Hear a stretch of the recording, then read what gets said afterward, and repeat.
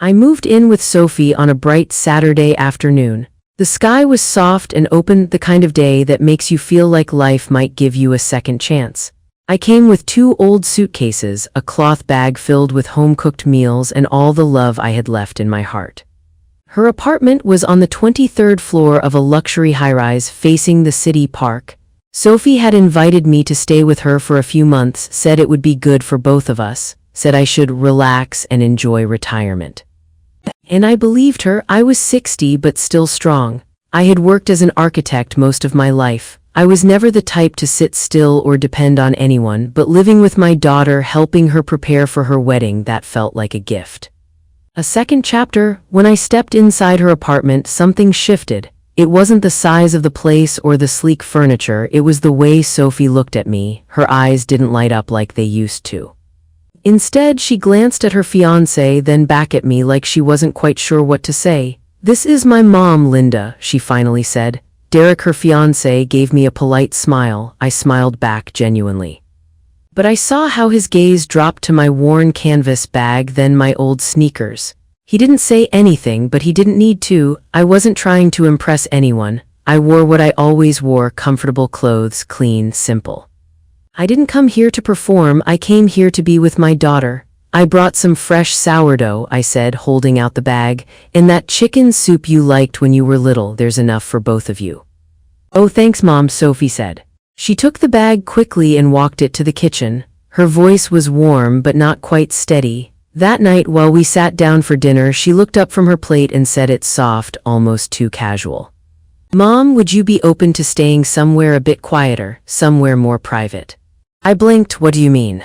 "I just thought with the wedding coming up and all the visitors, you might be more comfortable in your own space," she said carefully. "A friend of mine has a studio apartment nearby. It's fully furnished, great views. I thought you might like it." "You're asking me to move out?" I asked gently. "No, Mom, no, it's not like that," she rushed. "It's just, Derek's mom is very particular. She's old-fashioned. She might not understand. I just want everything to go smoothly for the wedding. Please don't take it the wrong way." I set my spoon down and gave her a long look. I understood perfectly. "All right," I said with a small smile. "I'll take a look at it." Sophie looked relieved. She reached across the table and touched my hand. "Thank you, Mom. You always get it. You've always supported me." The next morning, she took me to see the apartment. It was a compact studio on the 4th floor of a building I knew very well because I owned it. I had bought that entire complex nearly a decade ago, back when prices were still reasonable. The whole veranda development was one of my earliest real estate investments. Sophie didn't know. She had no idea that the woman she was tucking away like some old embarrassment was one of the major shareholders in the building she lived in. She thought I had nothing but a pension, that I had lived modestly because I had no choice. The building manager greeted me with a knowing smile. "Mrs. Marshall," he said quietly, "would you like us to reassign full access to you? Or should we leave your daughter's name on the lease?"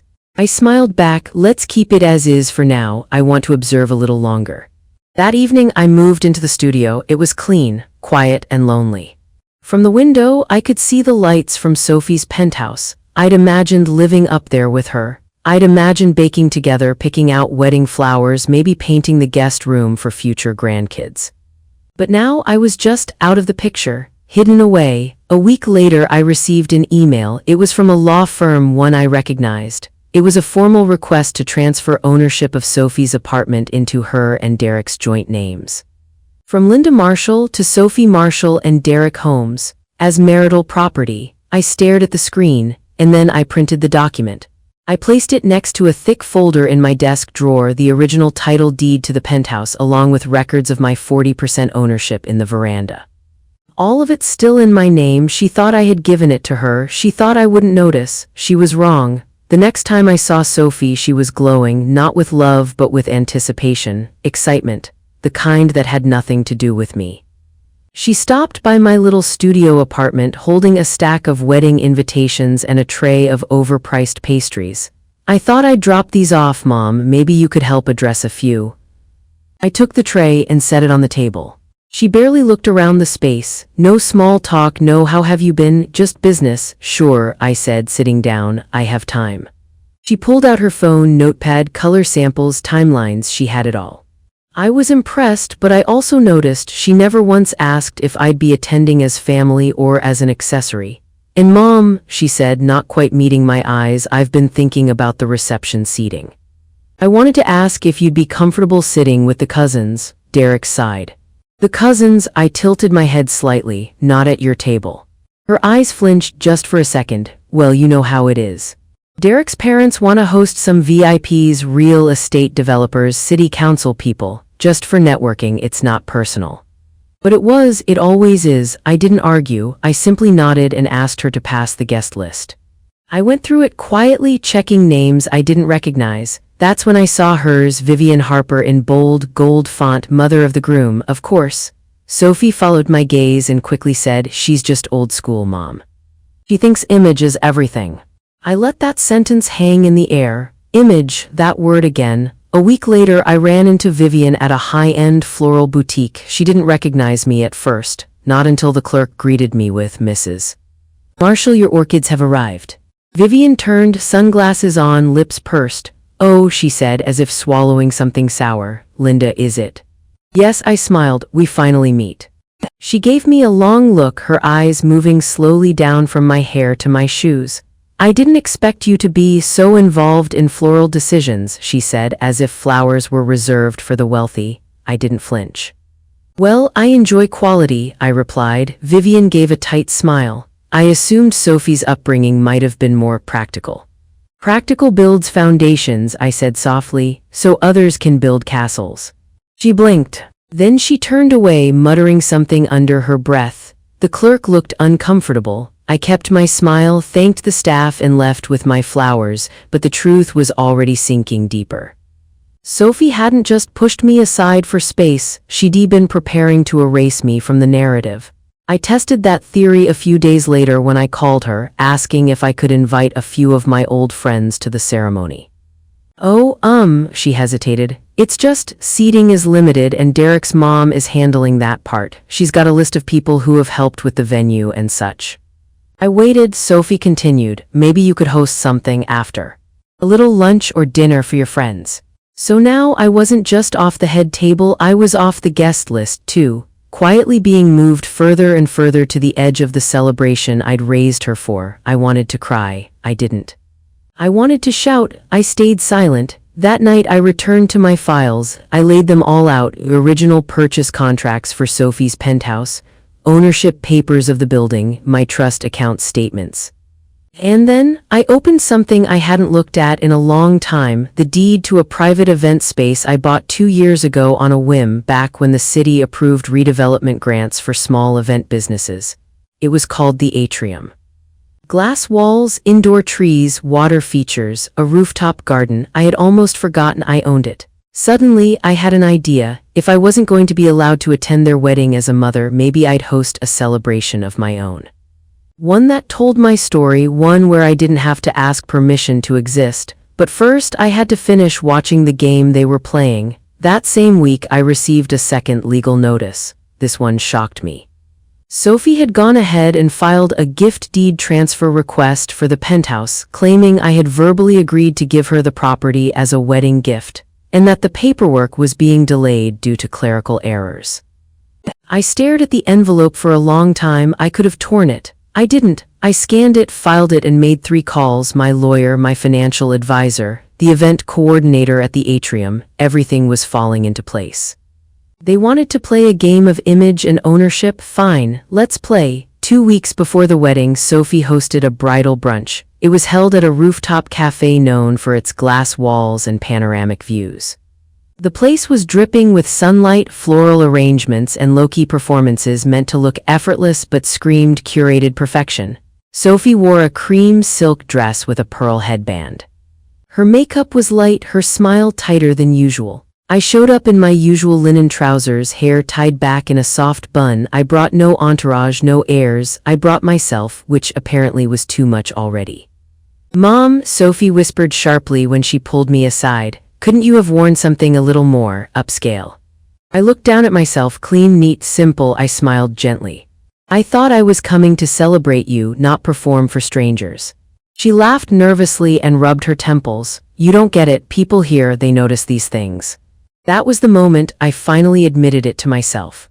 She didn't want me to blend in, she wanted me to disappear. Vivian arrived fashionably late, of course. Her outfit was loud, head-to-toe designer prints, giant sunglasses, heels that clacked like statements on marble. When she saw me, her face flickered. "Oh, you're here," she said as the usher looked at my invite and smiled. "You're with the Marshall family, right? Seats are just over there." He pointed me to the third row far off to the side. Not with the parents, not with family, just somewhere. I walked to my seat without a word. Every step felt heavier, not from sadness, but from truth, the kind that grows sharp after too much silence. Sophie walked down the aisle a few minutes later, beaming in white lace and borrowed confidence. Derek stood at the altar like a mannequin, tailored and stiff. Vivian sat front and center, chin lifted, smiling like she had built the bride from scratch. I watched it all, the vows, the hand-holding, the staged tears. And then the officiant said, "If anyone has reason why these two should not be joined in marriage, speak now or forever hold your peace." Silence almost, because I stood up, I didn't raise my voice. I simply stepped forward, heels clicking softly on marble, and said, "Before this union is finalized, I believe there's one piece of information that should be known." Gasps, whispers, Sophie's face went pale. "Mom," she hissed. "What are you doing?" Vivian stood too, voice sharp. "Is this a joke?" I pulled a folder from my bag, thin, white, stamped. "This is the legal title for the apartment Sophie and Derek plan to move into," I said. "It's under my name. It's never been gifted, never transferred."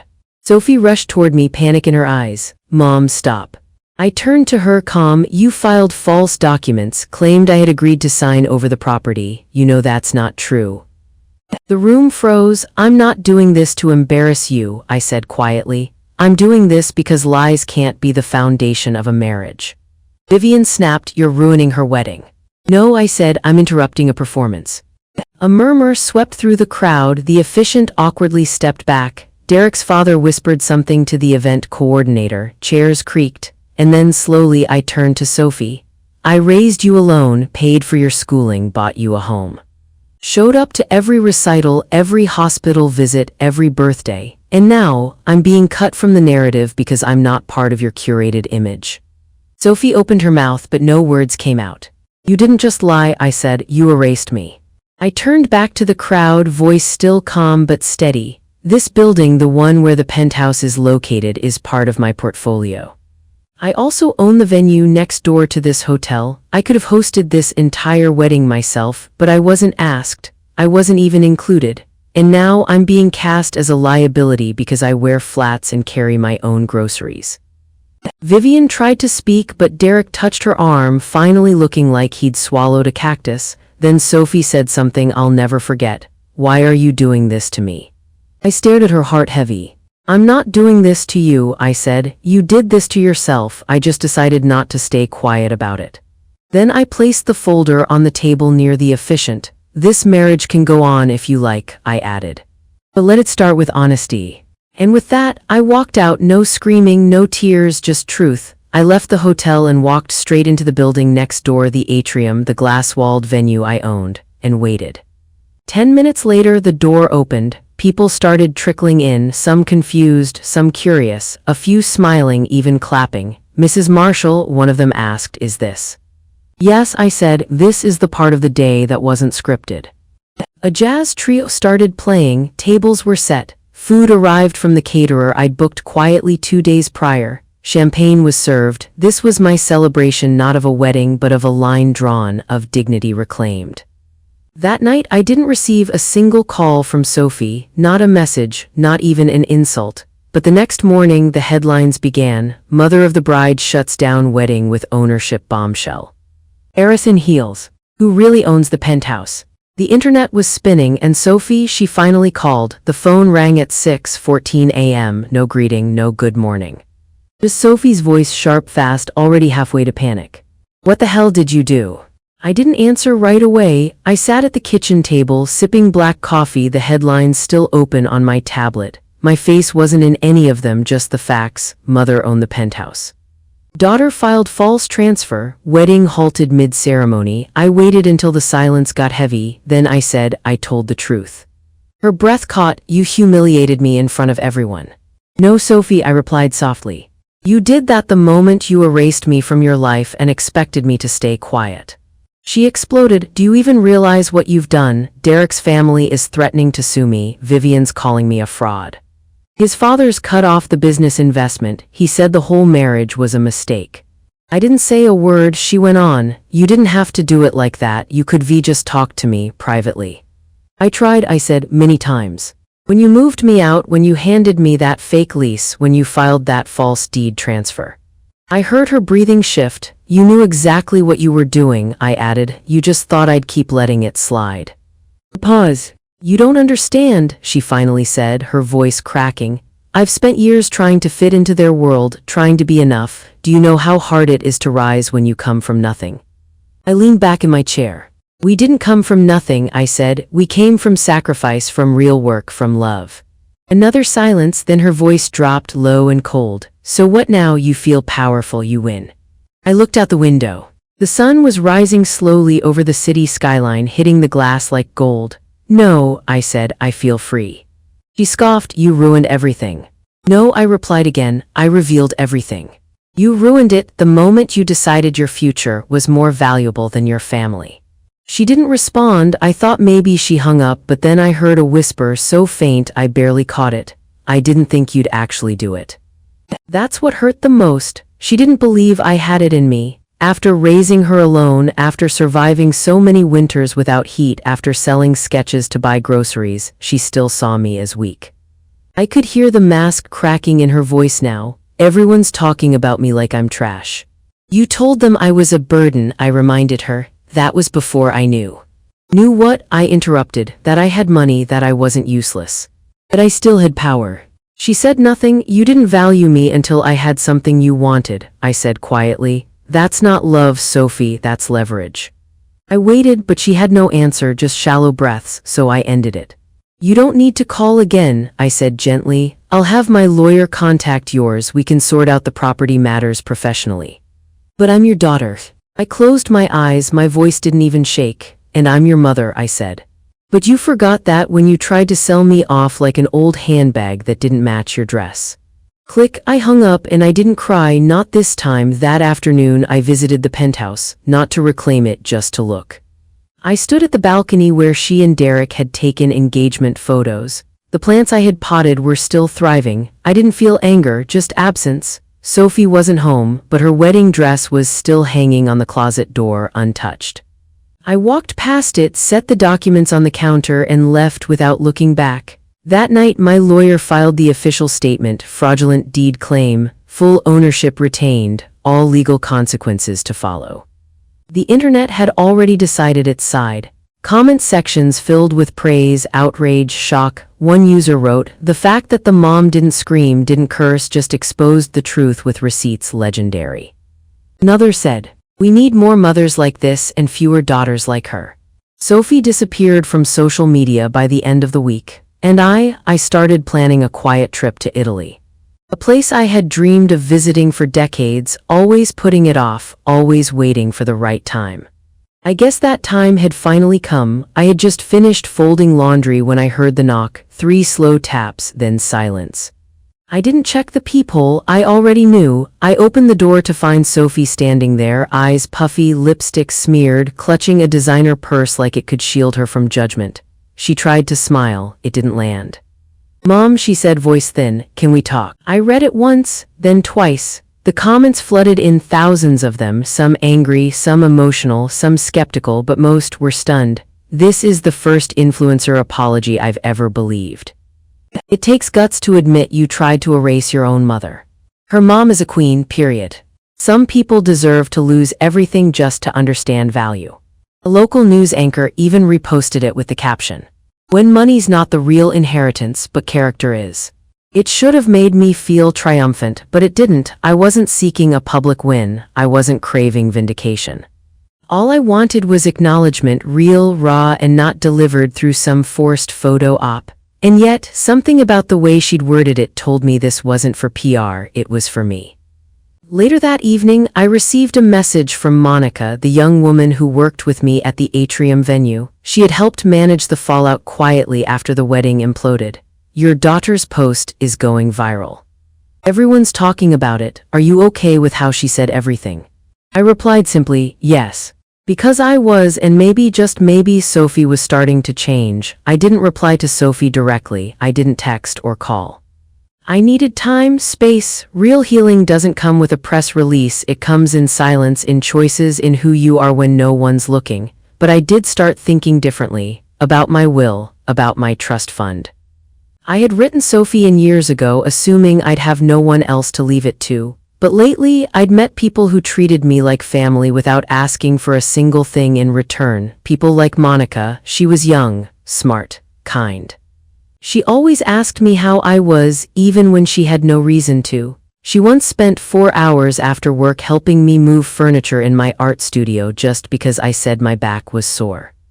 She reminded me of the kind of daughter I had once hoped to raise, so I called my lawyer. We updated the documents. I didn't remove Sophie completely, that would have been too final, but I reduced her share, earn it back, I thought. And maybe she would. A week later I received a letter, a real one, handwritten, mailed with a stamp, addressed properly. Inside it was just 2 pages, no manipulation, no desperation, just a quiet promise. I'm not asking you to forget, Mom. I'm asking you to let me rebuild slowly, not with words, but with consistency. I know it'll take time, but I've finally stopped performing. I'm ready to become someone real. Love, Sophie. I didn't cry, but I folded the letter gently, placed it in my journal, and wrote a small note beside it. Chapter 1, if she means it. That night I didn't dream about revenge or loss. I dreamed about Florence. The breeze on the Arno River, the yellow light hitting old stone walls, a paintbrush in my hand, and no one expecting me to be anything but myself. The next morning I booked the flight. And for the first time in my life, I didn't leave anyone a note. I landed in Florence on a Tuesday. The air was warmer than I expected, tinged with jasmine and espresso. Everything looked sun-washed and timeless, like the city wasn't in any rush to impress anyone. It simply existed. I checked into a small guest house with ivy-covered walls and a terrace that overlooked red-tiled rooftops. The kind of place that didn't ask your title or your worth, just whether you preferred strong coffee or sweet. The first morning, I walked to a local market and bought peaches, crusty bread, and a wedge of cheese. I ate on a park bench in silence, surrounded by people who didn't know my name or my story. It was bliss. No questions, no apologies, no damage to manage, just breath, just being. I took a sketchbook with me wherever I went. I started drawing again, not buildings, not blueprints, just light hands, a woman feeding pigeons, a sleeping child on a stone step, a cat curled in a cafe window. I remembered that I used to love this, before bills, before stress, before I became just Mom. Back at the guest house, I met a woman named Alina. She was in her 70s, a retired opera singer from Naples with silver hair and a booming laugh. She invited me to a rooftop dinner on my second night. Pasta, homemade wine, music drifting up from an open window. We sat side by side under the string lights as she asked, "And you, why are you here all alone?" I took a sip of wine, because for too long I wasn't alone. I was surrounded by people, but none of them saw me.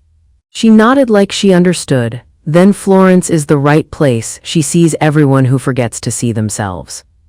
I smiled. By day 4, I stopped checking my email. By day 5, I forgot about Sophie entirely for a few hours at least. And on the 6th day, I wrote my own letter to myself. You don't owe anyone your silence. You don't owe anyone your story told their way. You gave your love freely. You were betrayed, and now you are healing. I signed it without tears. A few nights later, Alina introduced me to a local art gallery owner named Marco. He reviewed my sketches and asked if I'd consider displaying them. I laughed, thinking he was being polite, but he was serious. We're opening a summer exhibition called Reinvention, he said. Your work fits the theme. I hesitated. I'm not an artist. He smiled. That's what all the real ones say. So I said yes, because why not? For the first time in decades, I wasn't anyone's mother, ex-wife, assistant, or provider. I wasn't a tool. I wasn't a backup plan. I wasn't a burden. I was a woman with a pencil and a story to tell. That night I received a text from Monica just checking in, how's Italy? I sent her a photo of the Arno River, the sunset bleeding into water, the outline of the Duomo in the distance. She sent back a single heart emoji. Then I opened my messages and for the first time in weeks clicked on Sophie's name. Nothing new, no text since her letter. I stared at the empty screen, thumb hovering over the keyboard, and then I put the phone down. I didn't need to respond yet. Let her sit with the silence. Let her learn that healing doesn't come on command, that love once betrayed doesn't run back because the house is on fire. It waits, but only if it wants to. The next day I mailed a postcard to my old lawyer. On it, I simply wrote, "Reallocate the trust as discussed, and please prepare a foundation for scholarships, single mothers in architecture, call it the Linda Fund." No one needed to know, especially Sophie, not yet. I wanted my second life to begin in peace. Not as payback, but as proof that the woman they tried to hide away, to silence, to fold into a corner, was still here, still whole, still drawing breath, and this time on her own terms.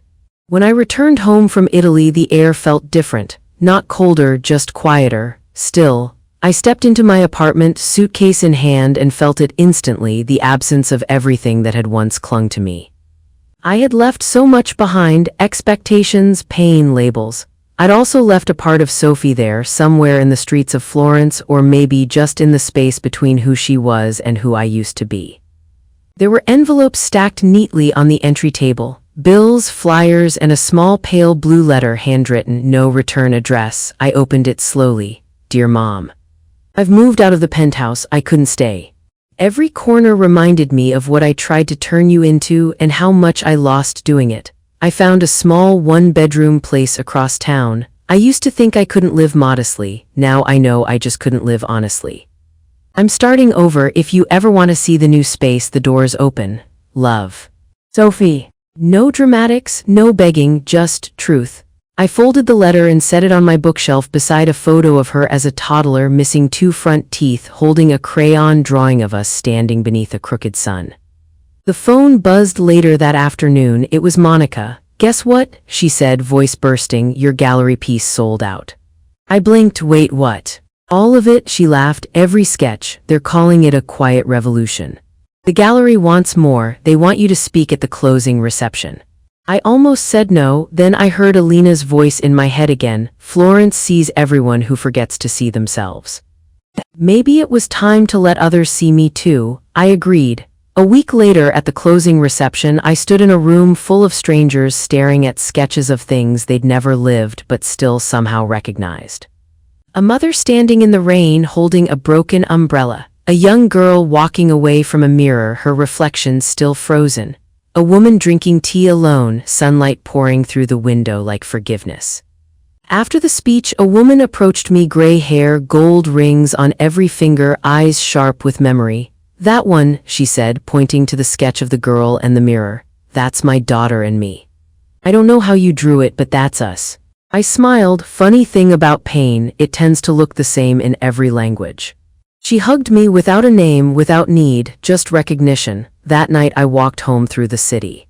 Past the buildings I once designed, past the coffee shop Sophie and I used to visit before school, past all the ghosts that no longer followed me. When I reached my apartment, there was a plant outside the door, a fiddle leaf fig.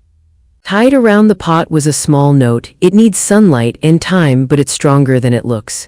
S. I unlocked the door and carried it in. It didn't fix anything, it didn't erase what was said or done.